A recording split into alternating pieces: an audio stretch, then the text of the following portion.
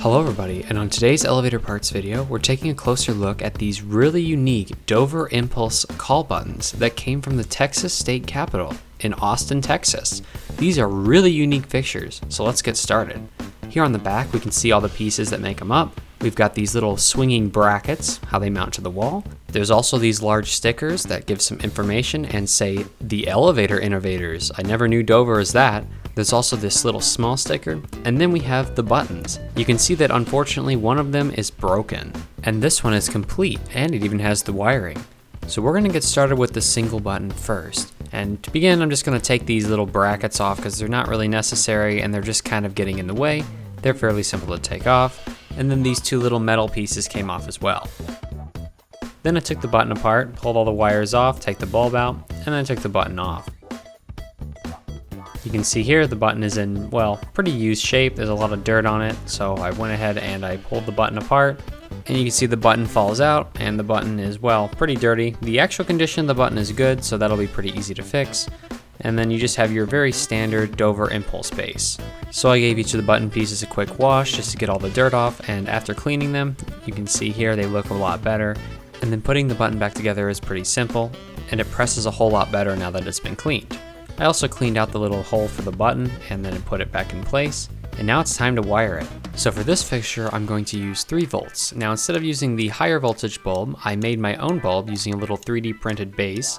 And you can see it fits in there just like a normal bulb.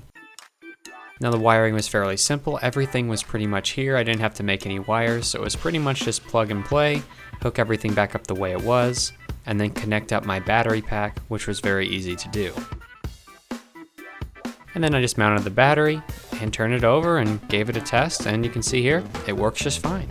And now to do the other one, and it's pretty much the same procedure, only this time we have to replace the button and we have to wire 2 buttons. So luckily I have a replacement, so I just slapped that in there.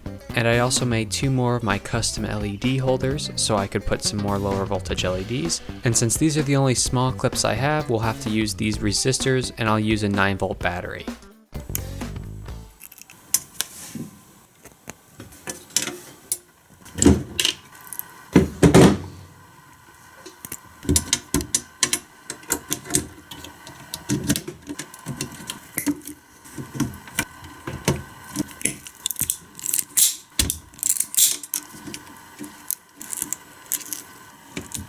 And with that, the wiring is complete. You can see these 2 light up red, and they look very nice.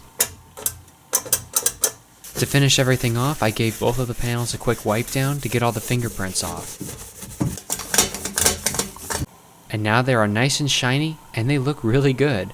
This project wasn't super hard as these were already in fairly decent shape, and you can see the end product is very awesome. We have our lights that fully work, we have our red for our intermediate, and the yellow for our terminal. So thanks for watching this video, and I hope you enjoyed it.